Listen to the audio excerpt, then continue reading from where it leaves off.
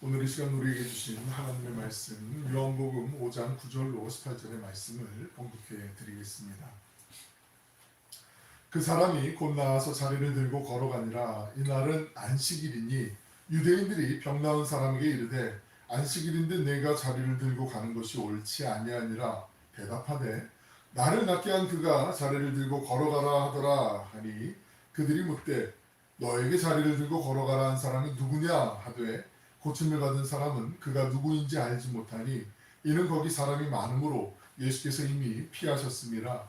그 후에 예수께서 성전에서 그 사람을 만나 이르시되 보라 내가 나았으니 더 심한 것이 생기지 않게 다시는 죄를 범하지 말라 하시니 그 사람이 유대인들에게 가서 자기를 고친 이는 예수라 하니라. 그러므로 안식일에 이러한 일을 행하신다 하여 유대인들이 예수를 박해하게 된지라. 예수께서 그들에게 이르시되 내 아버지께서 이제까지 일하시니 나도 일한다 하시매 유대인들이 이로 말미암아 더욱 예수를 죽이고자 하니 이는 안식일을 범할 뿐만 아니라 하나님을 자기 친아버지라 하여 자기를 하나님과 동등으로 삼으심이로라. 아멘. 복된 주님의 날 주의 전에서 또 온라인으로 예배드리는 우리 모두에게 주님의 은혜 앞에 항상 함께 하시길 축원합니다.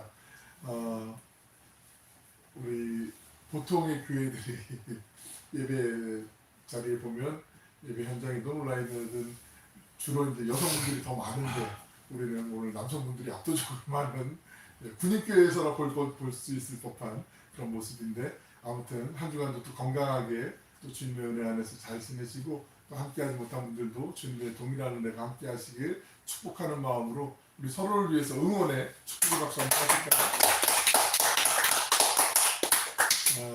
저는 낯설지가 않아요. 이런 뭐 병사들만 쫙 있는 데서 6년 넘게 군인교회를 다니면서기 때문에 지난 시간에 우리는 베데스다 목가에서 베데스다 연못이라고도 할 수 있고 큰 뭐 우물은 아니고 물을 가다는 곳이니까 그 목가에서 치유된 38년 동안 병을 앓았다가 치유된 그 병자의 이야기를 나누었죠.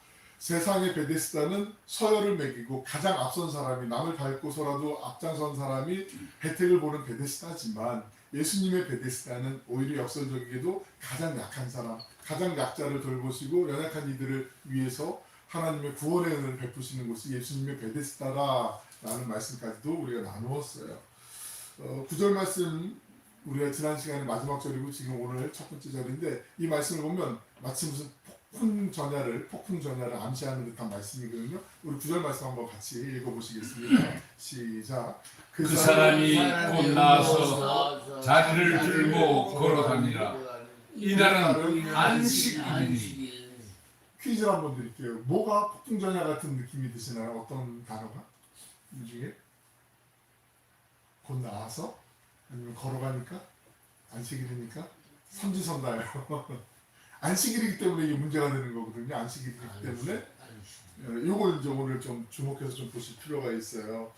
38년 동안 병석에 누워있던 사람이 고침받은 날이 하필이면 월화수목금토 주일 가운데 주일이었단 말이야. 그러니까 유대인들 맞춰서 금요일 저녁부터 안식일이 시작되니까 금요일 밤부터 토요일, 아마 토요일 낮이 될 것 같아요. 우리식으로 계산을 하면 그날에 이제 병고침을 받게 된 거죠. 이어지는 10절 말씀에 우리 성경에는 이렇게 번역이 거기에 표기가 안 돼 있는데 그 사이에 접속사 하나가 빠져 있거든요. 요걸 연결해서 한번 제가 9절 10절을 읽어드릴 테니까 눈으로 한번 따라와 보세요. 그 사람이 곧 나와서 자리를 들고 걸어가니라. 이날은 안식일이니 그래서 유대인들이 병 나은 사람에게 이르되 안식일인데 내가 자리를 들고 나가는 것이 걸어가는 것이 가는 것이 옳지 아니하니라. 안식일이기 때문에 병 나은 사람에게 네가 자리를 들고 나가는 게 옳지 않다라고 얘기하는 거예요. 이걸 잘 천천히 보면 유대인들에게는 안식일은 아무 일도 해서는 안 되는 날이거든요. 아무 일도. 이게 우리 상식과는 너무나 겉도는 얘기인 것 같고 뜻밖의 얘기인데 오늘날도 조금 아주 자기가 신실하다고 생각하는 유대인들, 이스라엘 사람들은 이렇게 살아가는 사람들이 있거든요. 더러 몇 번 말씀드렸지만 전기 스위치도 안 끄는 경우도 있어요. 밤에도 그냥 켜져 있으면 켜놓은 상태로 그냥 자거나 꺼져 있으면 꺼져 있는 상태로 이렇게 하거나 아니 미리 촛불을 켜놓거나 아니 전화기를 걸거나 전화기를 받거나 이런 것도 안 한단 말이죠. 그리고 심지어는 회당이 좀 멀리, 우리 식으로 얘기하면 교회가 멀리 떨어져 있어도 차를 운전해서 가지 않고 걸어서 가고 철저하게 이렇게 지키는 사람들이 있어요. 꼭 저까지 해야 돼라고 물어보면 그 사람들은 그래 그렇게 해야 돼. 이게 우리 율법이야. 우리에게 주신 법이야라고 말씀할 수 있기 때문에 그런 거죠. 치유받은 이 38년 된 병자가 11절에서 유대인들이 너 그 행동이 옳지 않아라고 얘기하는데 이렇게 얘기하거든요. 11절 말씀을 같이 한번 읽어봅니다. 시작. 대답하되 나를 낫게 한 그가 자리를 들고 걸어가라 하더라 하니. 그러니까 이 사람은 지금 이 사람도 아마 유대인일 확률이 거의 높죠. 유대인들 전통 가운데 그 베데스다 연못 그 목가에 가서 천사가 가끔씩 내려와서 물을 휘저을 때 그때 제일 먼저 들어가는 사람이 병고침을 받는다는 걸 알고 있었기 때문에 거기 각색 병 가진 사람들이 많이 모여 있을 거 아니에요. 근데 이 사람도 이제 내가 안식일에 죄를 범했나? 자기는 병고침에 초점이 맞춰 있는데 유대인들이 이렇게 얘기하다 보니까 좀 이성을 찾고 내가 생각해 보니까 나도 유대인인데 내가 안식일을 범했네, 큰일 났네, 이런 생각이 아마 들었을지도 모르고, 아니면 조금 나쁘게 표현해서 이 사람이 좀 자기 이기적인 마음이 너무 강해가지고 모든 책임을 이제 예수님께 전가하는 거죠. 지금 뉘앙스는 약간 그런 거예요. 나는 가만히 있으려고 하는데 나를 낫게 한 그 사람이 이 자리 들고 나보고 가라고 했어. 그러니까 유대인들의 생각에서는 자리를 들고 자기가 누워있던 그 자리를 뭐 이게 포대기든지 아니면 들 것이든지 이걸 들고 가는 거, 이게 일하는 것이 되기 때문에 안식일에는 일을 하면 안 되는 건데 너 안식일을 범했어, 지금 일을 했어 라고 지금 거기에 유대인들이 초점을 맞춰서 지금 얘기하고 있는 거거든요. 그래서 아니야 난 그냥 가만히 있었는데 이 사람이 날 고쳐주더니 이거 하라고 이렇게 해서 난 그냥 그 얘기하는 거 그 명령에 따랐어 라고 지금 얘기하는 반문하는 그런 표현이거든요. 이 대답을 들은 유대인들의 마음속에 적개심이 지금 막 올라오고 있어요. 16절에 이렇게 말씀하죠. 16절 같이 읽어볼까요? 시작. 그러므로 안식일에 이러한 일을 행하신다 하여 유대인들이 예수를 박해하게 된지라. 그 결정적인 원인이 이제 꼬투리를 잡은 거예요. 유대인들 입장에서는 안식일을 감히 네가 뭔데 뭐 이런 분노, 막 이런 마음에 그런 막 부글부글한 게 지금 막 생기는 거죠. 안식일에 병을 고쳐준 것도 괘씸하지만 유대인들 입장에서는 그 안식일에 병을 고친 사람에게 또 안식일을 범하게 일어나게 한 것, 자리를 들고 걸어가게 한 것, 그게 더 괘씸하다 이런 마음이 있는 거예요. 근데 이게 아무리 아무리 좋은 쪽으로 생각을 하려고 해도 이게 좋게 해석이 안 되는 게 어떻게 그럴 수가 있어? 우선순위가 바뀌어도 한참 바뀐 거 아니야? 이런 생각이 들지 않으시나요? 11절에 있는 말씀 보시면 여기서 말하는 유대인들은 그 바리새파 사람들, 유대인 종교 지도자들을 얘기하는 건데 11절을 보시면 나를 낫게 한 그가 자리를 들고 걸어가라라고 소개하는데 유대인들에게는 이 병을 고쳐준 분이 병을 어떻게 나았는지 이게 중요해야 될 것 같은데 이게 중요하지 않아요. 네가 안식일에 일을 했어. 그 자리를 왜 들고 일어나서 나아갔어? 여기에 더 방점이 찍히는 거거든요. 이게 정말 문제가 된다는 거죠. 12절 보면은 유대인들에게 그들이 묻되 너에게 자리를 들고 걸어가라는 사람은 누구냐? 누가 너에게 이런 일을 시켰어? 이걸 지금 따지고 추궁하는 거예요. 지금 상황이. 우리가 보통 생각할 때 만약에 38년 동안 중환병이 들어서 누워있는 사람이에요. 그러면 이 사람이 정말 다르게 벌떡 일어나가지고 일반적인 사람들처럼 그렇게 막 걷기도 하고 뛰기도 하고 막 이렇게 일상생활을 해요. 그러면 뭐 이건 계신데 말씀드리면 좀 송구하긴 하지만 우리 도고사님께서 예전에 막 왕성하게 활동하실 때처럼 막 이렇게 열심히 자유롭게 이렇게 몸이 회복되셔가지고 건강이 지금도 이제 많이 회복되시고 좋아지셨지만 더욱더 막 그러면 옆에 계신 분들이 우리 김주병 원사님 같은 동료들이 옆에서 같이 어떻게 좋아졌어? 저 그 비법이 뭐야? 나도 좀 알려줘. 이렇게 물어보고 어디 병원에서 치료받았어? 뭐 이런 거 궁금해하지 않을까요?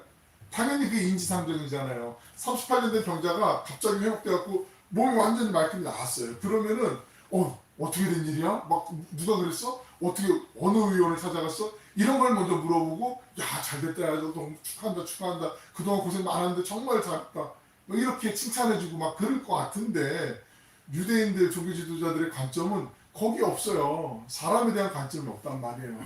철저하게 그들이 지키는 율법, 너가 법을 지켰는지 어겼는지 거기에만 그 함몰되어 있기 때문에 정말 중요한 것을 놓치는 거죠.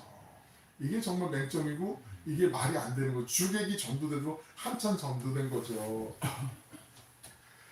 가령 유대인들이 얼마나 예수님을 골탕 먹이려고 했냐면 우리가 마가복음 3장에 보시면 예수님께서 안식일날 이렇게 치료하는 일들을 하시니까 그 다음 주에 안식일날 유대인들이 바리새인들이 한 손이 좀 마르고 좀 비틀어진 사람을 모셔와요. 근데 이 사람들이 그 사람을 고쳐달라고 그런 뉘앙스로 모시고 온 게 데려온 게 아니라 예수님을 안식일날 이 사람 분명히 고쳐줄 텐데 요거 꼬투리 잡아서 요거 빌미로 예수를 한번 우리가 골탕을 먹이자 죽이자 이런 계책을 꾸미려고 계략을 꾸미려고 그래서 데려오는 경우들 이런 일들이 많이 함정을 만들려고 하는 일들이 많이 있거든요. 잘 아시지만 유대인들의 경전에서 써인 미드라시 미슈나에 있는데 미슈나에 보시면 바리새인들이 안식일을 지키는 안식일만 따로 떠서 지키는 법 해가지고 규정을 39가지를 만들어 놨거든요. 39가지 규정 가운데 또 세부 항목들이 있어요. 그 세부 항목들 중에 몇 가지만 제가 소개해드리면 한번 잘 들어보세요.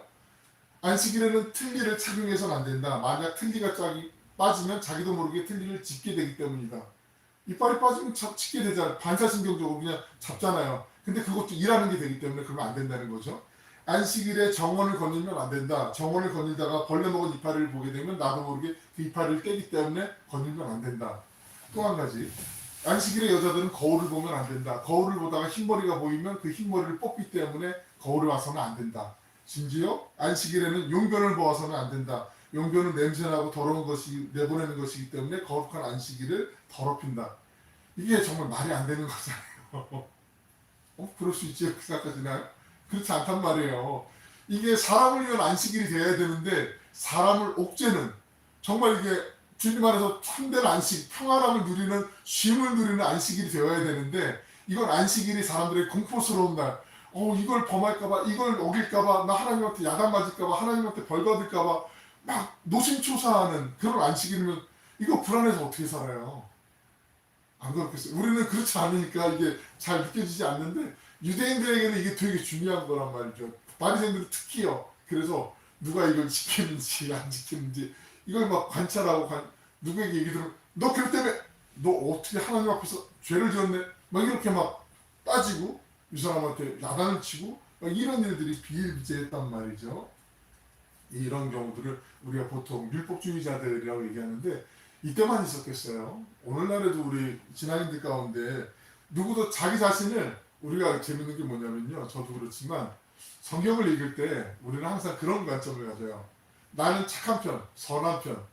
출애굽기를 가령 읽을 때도 나는 이스라엘 편. 내가 좀 싫어하는 사람은 저쪽 애굽 편. 뭐 이런 식으로 생각하든지 나는 하나님 편. 뭐 이런 식으로 이런 관점으로 읽는 경우들이 많이 있는데 신앙생활 하면서도 나는 율법주의자는 아니야. 나는 괜찮은 바른 사람이야 라고 생각하면서 그렇게 신앙생활하는 경우들이 많이 있는데 우리를 건강하게 한번 체크해보고 뒤를 돌아서 성찰해볼 필요가 있어요. 만약에 다른 사람을 판단하게 된다면 조심해야 되는 게요. 저 사람 저러면 안 되지. 그래도 내가 저 사람보다 낫지. 이런 생각이 들 때 우리 스스로를 좀 경계해야 돼요. 조심해야 된다는 거죠. 그래도 내가 저 사람보다 낫지. 하나님께서 그런 마음을요. 영적인 교만으로 보세요. 그리고 당신은 거스르는 행위를 여기세요. 천사들이 타락해서 사탄이 됐잖아요. 잘 아시잖아요. 그 사탄이 된 게요. 교만 때문에 교만. 교만해서 타락했어. 내가 이 정도 영광을 받아도 되지 않겠어? 중간에서 내가 하나님 위해서 얼마나 일을 많이 했는데 나 이 정도 받아도 되지. 그러면서 타락해서 교만해서 천사들이 사탄이 된 거란 말이죠. 이 세상에 그 누구도 신앙의 이름으로 함부로 판단하거나 정죄해서는 안 돼요. 그건 하나님의 영역이에요. 우리는 기도할 뿐이죠. 우리는 함께 손잡아주든 멀리서든 그분을 위해서 기도해 주는 거. 그 사람이 심지어 미워. 저 사람 정말 얼굴 안 봤으면 좋겠어. 어떻게 됐으면 좋겠어 하는 그 원수 같은 마음이 드는 사람이라 할지라도 내 성정으로 내 마음으로 정말 미워. 어떻게 할지 모르겠지만 그래도 하나님께서 바른 길 가게 해주세요 라고 기도하는 거. 이게 정직한 신앙인의 자세예요. 이게 바른 길이고요. 이게 어렵지만 해보면 점점 그 기도의 깊이가 깊어지고 지경이 넓어지게 되어 있어요. 이거는 누구도 그냥 거저 주어지는 게 아니고 해봐야만 그 마음.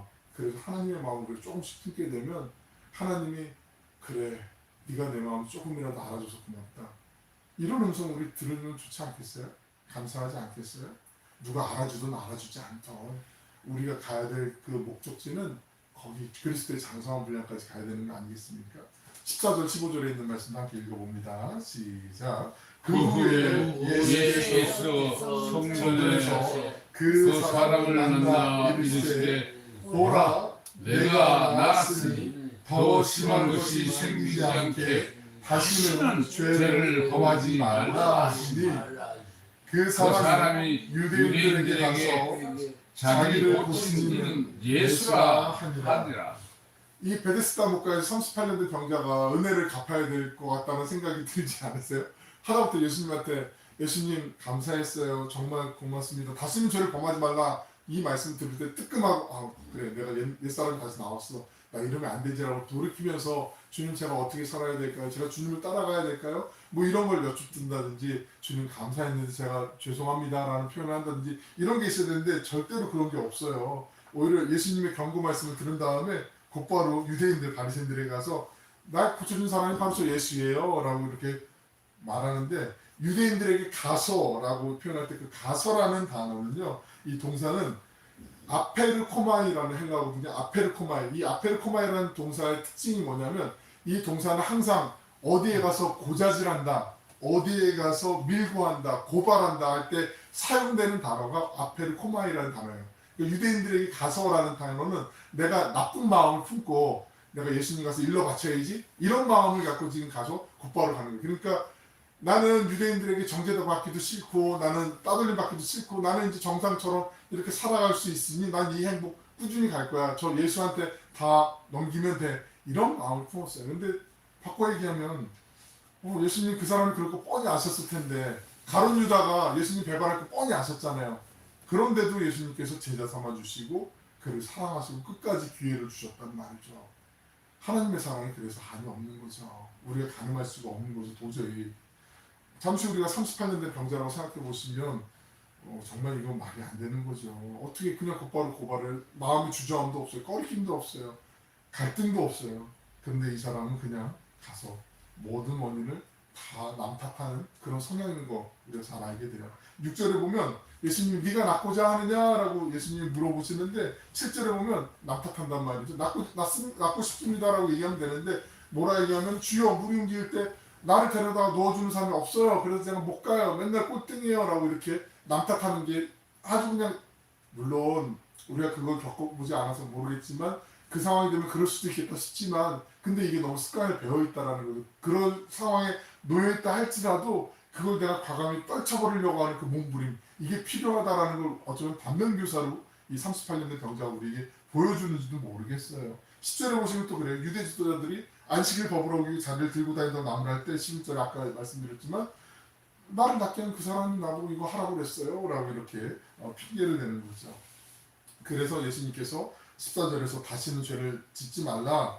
이 사람이 어떠한 습관 때문에 그랬는지 모르겠지만 어떤 죄를 범했는지 모르겠지만 예수님이 이 사람이 반복되는 이런 모습들 속에서 경고하시는 말씀이 다시는 너의 그 모습으로 다시 반복하지 말고 이제 다르게 건강하게 살아야지 라고 그렇게 말씀하는 것이죠. 16절 17절에 있는 말씀으로 같이 한번 읽어봅니다. 시작. 그러므로 안식일에 이러한 일을 행하시라. 유대인들이 예수를 박해하게 된지라. 예수께서 그들에게 이르시되 내 아버지께서 이제까지 일하시니 나도 일한다 하시며.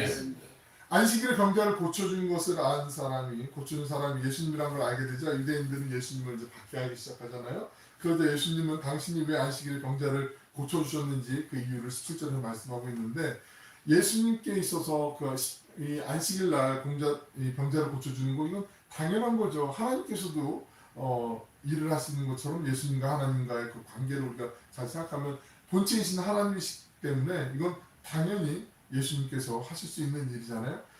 근데 17절에 예수님의 대답, 이 두 가지의 이유 때문에 유대인들의 그 살기, 이 살의가 점점 더 막 격하게 올라오고 불러오기 시작했어요. 먼저 예수님께서 하나님을 뭐라고 부르죠? 내 아버지라고 부르거든요. 내 아버지. 이게 우리가 볼 땐 성부, 성자, 성령이니까 당연히 성자 하나님께서 성부 하나님을 아버지라고 부르면 당연하겠지라고 우리는 알고 있는데 유대인들의 관점을 한번 생각해 보시자고요. 유대인들이 볼 때는 하나님의 이름을 함부로 부르지 않았어요. 여호와 하나님의 이름을 망령되이 일컫지 말라는 십계명의 그 계명을 어길 수도 있을까봐 성경을 읽다가 하나님의 이름이 나오게 되면 여호와라는 이름이 나오게 되면 이렇게 읽거나 아니면은 그 자음으로 주님이란 뜻의 아도나이 이게 주님이란 뜻이거든요. 이렇게 그냥 대신 불렀단 말이죠. 그럼 다 사람들이 여호와로 알아듣고 필사하는 사람들도 성경 필사할 때 그렇게 받아 적었고 사람들이 다 그렇게 이해했어요. 그런데 그 하나님을 아버지라고 불렀단 말이죠. 이게 문제가 이 사람들에게는 큰 문제가 되는 거죠. 어떻게 부족하고 죄스러운 인간의 입으로 하나님을 아버지라고 부를 수 있는가?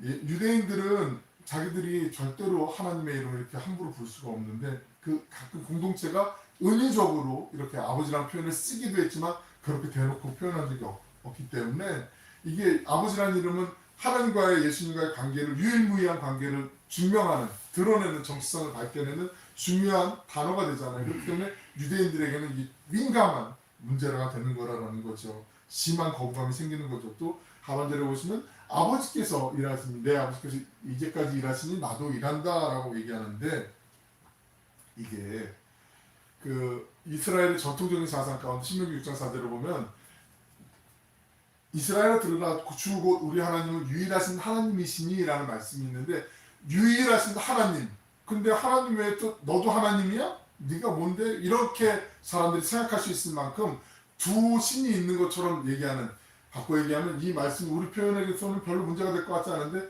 이게 신성모독하는 표현이 되는 거거든요. 유대인들의 입장에서는 내 아버지께서 일하시니 나도 일한다. 하나님이 일하신다고 예수님이 일하시는데 뭐가? 근데 이게 언제 일하셨냐면 안식일날. 안식일날 일했기 때문에 문제가 되거든요. 유대인들에게 안식일은 절대로 일을 해서는 안 되는 날이라고 말씀을 드렸잖아요. 안식일에는 오직 하나님만 일하실 수 있어요. 역사를 운행하시고 창조하시고 역사를 이끌어 가셔야 되기 때문에 안식일날 가끔 사람도 태어나잖아요. 아이들도 태어나잖아요. 짐승들도 태어날 수 있잖아요. 이 모든 거는 사람이 인위적으로 하시는 게 아니잖아요. 창조의 하나님께서 일하시기 때문에 그런 일들이 벌어진다고 믿었기 때문에 안식일은 오롯이 하나님만 일하실 수 있는 날이고 나머지 엿새를 사람이 일하는 날인데 어떻게 네가 사람인데 하나님이라 일하시는 그 안식일날 안식일을 범한 것도 문제되지만 어떻게 네가 일한다라고 얘기할 수 있느냐. 유대인들의 입장에서는 신성 모독이거든요. 그렇기 때문에 그 분노가 막 엄청나게 지금 올라오고 있는 거예요. 18절에 있는 말씀 보시면 정확하게 나타나요. 18절 읽어봅니다. 시작. 유대인들이 이로 말미암아 예수를 죽이고자 하니 이는 안식일을 범할 뿐만 아니라 하나님을 자기의 신하고자 하여 자기를 하나님과 동등으로 삼으심이라. 지금 말씀드린 거 이해가 되시죠? 그러니까 예수님께서 이 안식일을 범한 것도 문제가 되는데 하나님 자신하고 동등하게 여기면서 당신도 일한다고 얘기니까 유대인들의 입장에서는 이게 이해가 안 되는 게 아니라 뭐 심하게 말씀드려 저 인간이 미쳤나? 뭘 색상했나? 막 이런 생각이 들고 막 어떻게 신성모독 막 이러면서 이제 나중에 예수님이 십자가를 받게 되는 원인이 되시기도 하지만 예수님이 근데 안식일날 이런 일들을 많이 행하시게 되거든요. 나중에 살펴보겠지만 예수님을 죽이려는 유대인들의 사기가 정점에 치달을 때가 그 로마 총독 앞에서 결정에 달하게 되는데 19장 7절에 있는 말씀 제가 읽어드릴게요. 유대인들이 대답하되 우리에게 법이 있으니 이 법은 율법을 얘기하는 거거든요. 로마는 유대인들에게 다른 거는 부여하지 않았는데 종교에 관해서는 자치권을 허용했어요. 그래서 종교법으로 사람을 죽일 수도 있는 게 바로 우리가 잘 알고 있는 사내들인 공의회. 사내들인 공의회에서 예수님을 심판하는 결론을 내리게 되잖아요. 신성모독으로. 그 법대로 하면 그가 당연히 죽을 것은 그가 자기를 하나님의 아들이라 함이니이다. 이것 때문에 예수님 꼬투리 잡고 죽이려고 계속 유대인들이 종교 지도자들이 그렇게 애를 썼다라는 거죠. 다시 본문으로 돌아와서 그러면 예수님은 왜 굳이 물론 다른 복음서에 보면은 회당장이 얘기했는데 다른 엿새도 많이 있는데 월화수목 뭐 이렇게 우리 식으로 하면 금토일까지 있는데 그 주일날 안식일날 말고 다른 날 고쳐주시면 되는데 왜 안식일날 고쳐주셨을까? 그래서 괜히 분란 이렇게 빌미를 제공하셨을까? 그렇게 생각할 수도 있지 않으시군요. 네. 그렇게 생각하셔야 되는데 근데 예수님 복음서에 보면 마테마가 누가 요한 다 공이 예수님께서 자기 발로 찾아온 사람들 외에 많은 경우 안식일날 그 사람들을 고쳐주세요. 이건 다분히 의도적인 게 아닌가 싶을 정도로 예수님이 안식일날 그 치유해 주시는 은혜를 많이 베풀어 주시거든요.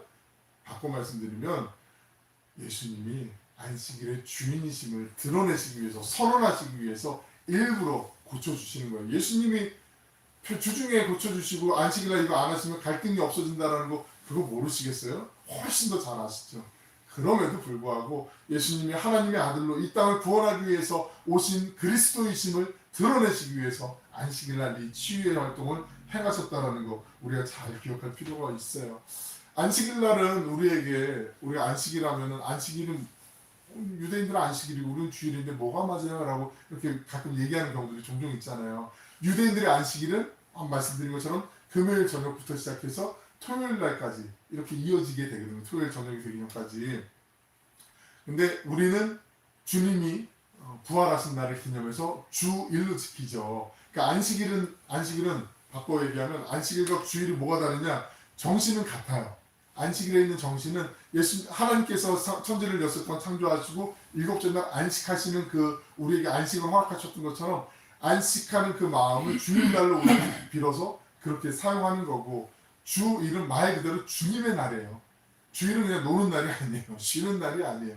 거룩하게 주님 안에서 우리의 몸과 마음과 영혼이 안식을 누리는 날이에요. 사람이요, 몸이 쉬는 것도 중요하지만 우리의 마음이나 영혼이 쉬지 않으면 상당히 정신이 산란해지고 어수선해지고 힘들어지는 거 아시죠? 우리의 마음의 평안해짐을 얻기 위해서 사람들, 예수님을 모르는 사람들은 뭐 선을 행한다거나 요가를 한다거나 뭐 돌을 닦으러 간다거나 뭐 참선한다거나 뭐 어디 절에 가거나 이럴 수도 있는데, 우리에게는 주님 안에 머무는 것이 안식, 이 예배를 드리는 것이 안식이거든요. 주님 안에서 주님께 예배하고 주님을 찬양하고 주님께 기도하고 하나님 말씀을 묵상하고 그 안에서 하나님의 마음을 깨달으려고 붙잡으려고 몸부림칠 때 그때 주시는 하늘의 평안함이 있어요. 안식이 있어요. 그 참된 안식을 맛보면 몸이 조금 피곤하고 지친 것 같아도 다른 게 잘 해결이 돼요. 그리고 그 속에 새 힘을 주세요. 새 힘.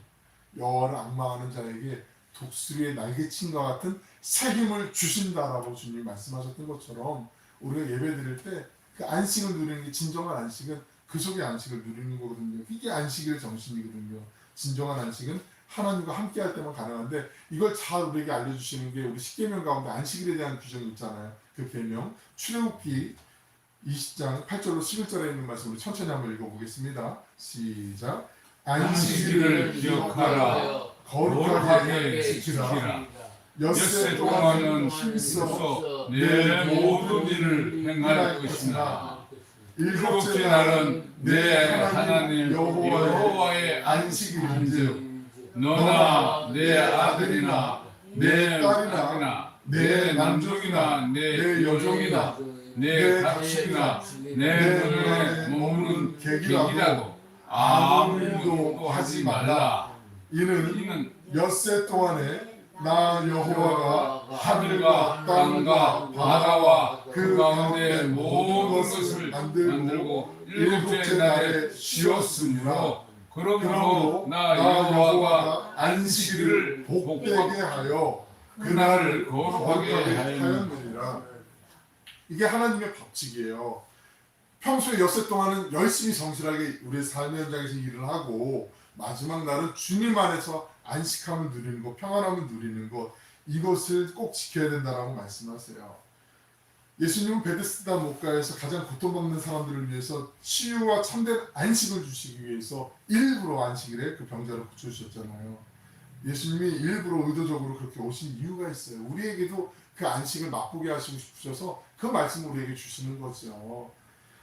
사랑의 주님께서 우리에게 참된 안식을 주시기 위해서 몸과 마음과 영혼의 온전한 회복과 은혜를 주시기 위해서 예배의 자리를 불러주시잖아요. 그리고 우리가 예배 자리에 함께하지 못할 때 또 온라인으로 예배 드릴 때도 우리에게도 그 말씀 하세요. 나의 사랑들 어여쁜 자야, 일어나서 나와 함께 가자. 우리 아가서에 있는 말씀처럼 주님께서 우리의 손을 붙잡아 주시고 이끌어 주시기 원한단 말이죠. 주님 안에 머무는 그 참된 안식. 그래서 여러분 일부러라도 주일날은 자꾸 스케줄 많이 만들지 마시고 평소에 못했으니까 한 30분이든 1시간이든 내가 이 시간은 하나님과 데이트하는 시간, 하나님과 잠잠히 하나님의 말씀을 묵상하는 시간, 하나님께 예배하는 시간, 이렇게 구별한 습관을 계속 들이다 보면 그 속에 사람들이 알지 못하는 참된 평안함, 참된 안식, 그리고 우리에게 주시는 하나님의 은혜가 충만해질 줄로 믿습니다. 안식일의 주인 되신 주님께서 지금도 우리를 부르고 계세요. 그리고 우리와 함께 가시길 원하시고 늘 힘주시고 지켜주시길 원하시죠. 그 은혜의 주님 안에서 한번 요 한 주간은 우리가 이전보다 더 주님의 말씀을 사랑하고 기도하며 주님과 손잡고 행복한 동행하시는 믿음의 주인공들 되시길 주님의 이름으로 아멘. 축원합니다. 아멘. 사랑하고 풍성하시고 자비로우신 아버지 하나님, 살기에 가득한 유대인들에게 조롱과 고난, 박해받을 것을 아시면서도 베데스다 목가의 가장 연약한 사람을 위해, 그리고 수많은 고통과 탄식 속에 신음하는 영혼들을 위해 안식일을 택해 치유와 회복의 창조사역과 구원의 은혜를 베풀어 주신 주님을 잠시 바라보게 하시니 감사드립니다. 저희에게 찾아오셔서 진정한 하늘아버지의 안식을 누릴 수 있는 은혜를 허락하심도 감사드립니다. 사랑의 주님, 어둠과 죄악 속에 방황하던 저희에게 참된 생명과 구원의 은혜, 하늘의 안식을 주신 것은 삶의 자리에서 만나는 이들에게도 참 좋으신 주님을 전하고 함께 누리길 원하시는 것인 줄 믿습니다. 이 한 주간 이전보다 더욱 주님을 사랑하게 하시고 주님께로 더 가까이 나아가는 저희의 삶이 되길 원합니다. 저희 입의 말과 마음의 묵상이 주님 앞에 연락되는 삶의 예배자들이 되게 하여 주시옵소서. 사랑이 많으신 예수님의 이름으로 기도 올려옵나이다. 아멘.